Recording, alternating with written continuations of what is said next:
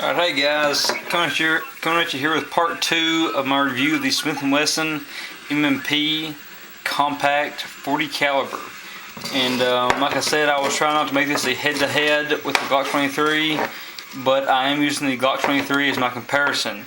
In part 1, both these guns were safety checked, which part 1 happened just a minute ago. So I'm just going to check them anyway. Both guns are clear.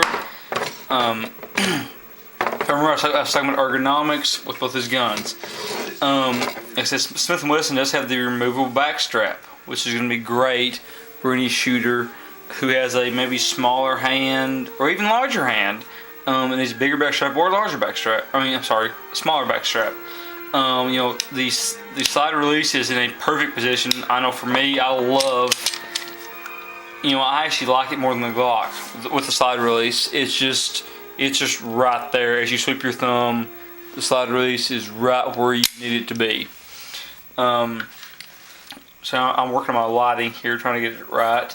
But so ergonomics are very good on the Smith & Wesson M&P. Like I said, except I mentioned, I know this gun is a loaner from a friend. One mag came with the finger extension, one did not, which means that you're pretty much stuck with this and your pinky finger has nowhere to go. Now, one disadvantage I'm going to give to this, they give a finger extender here, but you don't get any mag extension, and it's going to go back to firepower, which I actually skipped over. The Smith & Wesson M&P 40 caliber compact only holds 10 rounds, which again is very comparable to the Glock 40 caliber subcompact, which holds 10 rounds, but it is also a much smaller pistol than this. It really disappoints me that Smith & Wesson could not, add at least one more round with this, extended finger base plate like Glock does, which I don't have one here with me. With this Glock factory magazine, I could buy for, I think, around $8 a finger extender base plate that also carries a +2 magazine capacity, which takes this 13 round magazine up to a 15 round magazine, which is huge. And I don't know why Smith & Wesson didn't try to think of that. Maybe in the future we'll see some magazine extenders,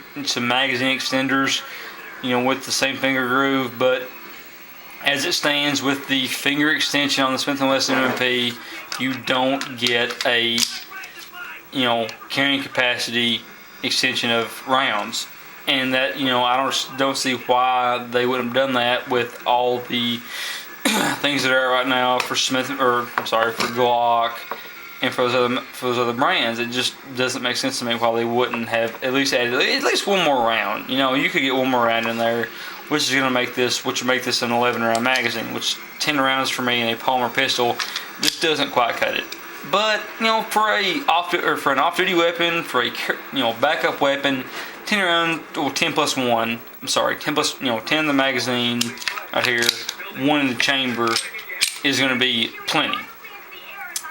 Actually, while I'm on that, I'm going to go ahead and speak about Smith & Wesson. Like I said, this gun has been safety cleared. Say something happens, drop your magazine, gun is not going to fire. That is a Smith & Wesson safety. I know other brands do it, but it's my experience with Smith & Wesson pistols. They really like not having that magazine, or they really like having that magazine safety. Now, that would not be the case with Glock. Magazine drops, gun's still going to fire. It's just more of a matter of what you feel comfortable with. Maybe if you're a law enforcement officer, say you're in a tussle with a bad guy over your gun, if you can reach that mag drop, this gun is rendered inoperable. Or say you're an law enforcement officer, tussle with a bad guy, drop that mag, and you still have the gun. You still have one shot left. It all is just going to be, what you feel better with. For me, I like having the magazine safety not there. I like to be able to drop the mag and still fire around. I'm not a law enforcement officer. I hopefully don't have to deal with the threat of bad guys wrestling for my gun. Hopefully I can, dispatch of any bad guys before they get close enough to get my gun. That's why I can still carry. Moving on here. Field strip. Again, since this is a part 2, I'm actually going to go ahead and do this. Glock field strip, mag out. You're going to check the chamber. This gun is indeed empty. You're going to snap it. It's hard to do this with the camera angle here, but I'm going to take my hand and place it over here.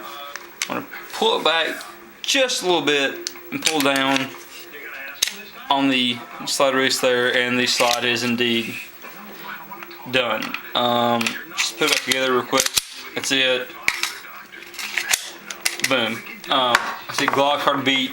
The Glock is going to be incredibly hard to beat in slide release and in weight. With Smith & Wesson, drop the mag, and of course safety check it. What you have to do here is you're going to have to take out the same way that you do your back strap. And this also gives you a little Smith & Wesson tool here. I'm going to go ahead and lock the slide back.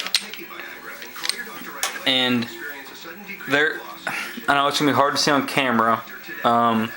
There's a little rod right there. I'm going to push down. Actually, I'm sorry, first. Before I do that, I'm going to take the slide release, I guess you call it slide release lever. That's not the right term, I'm sure. It's the best I can come up with. I'm going to push it forward in that position right there. And that's how you, and then, like I said, I was skipping ahead. Then I'm going to take this tool and push this little rod down, if I can get a hold of it. And I'm gonna. Alright. It's proven to be a little more pain than I can deal with in a 10-minute video. But obviously it takes my magazine back out. Obviously the field strip ability is going to go to the Glock. Smith & Wesson, I really don't know why they would have it where you have to take a tool and push down into the magazine. I'm really not a fan of that at all. I don't know why they would have wanted to do that. They've been around long enough to know, but that's for another video. The Glock is going to take down the Glock. Like I said in my other videos, these 6-Sawyer is going to take down easier. It's just you're going to have to make sure to have this little tool back here to take down your Smith & Wesson. And I just don't like having to rely on a tool to take down a pistol. I love being able to just, safety clear, bam, that's it.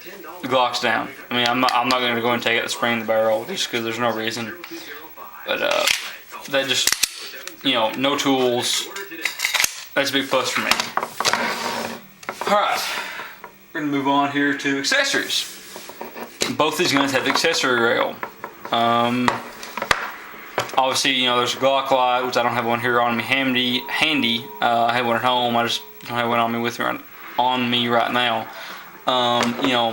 You just pop them on. Both these, like I said, and I've seen most the Glock rails are made for the same rail system. And if don't buy a Glock rail light for your Smith & Wesson, but pretty much go to any gun show. I mean, even take your gun with you if you have the proper paperwork, and you can try stuff on. This is such a compact pistol. It's not gonna fit very good with a light on. I don't know. That's just my opinion. And I didn't think it was gonna happen, but this is gonna have to go to part 3. I'm sorry. Please tune in for part 3.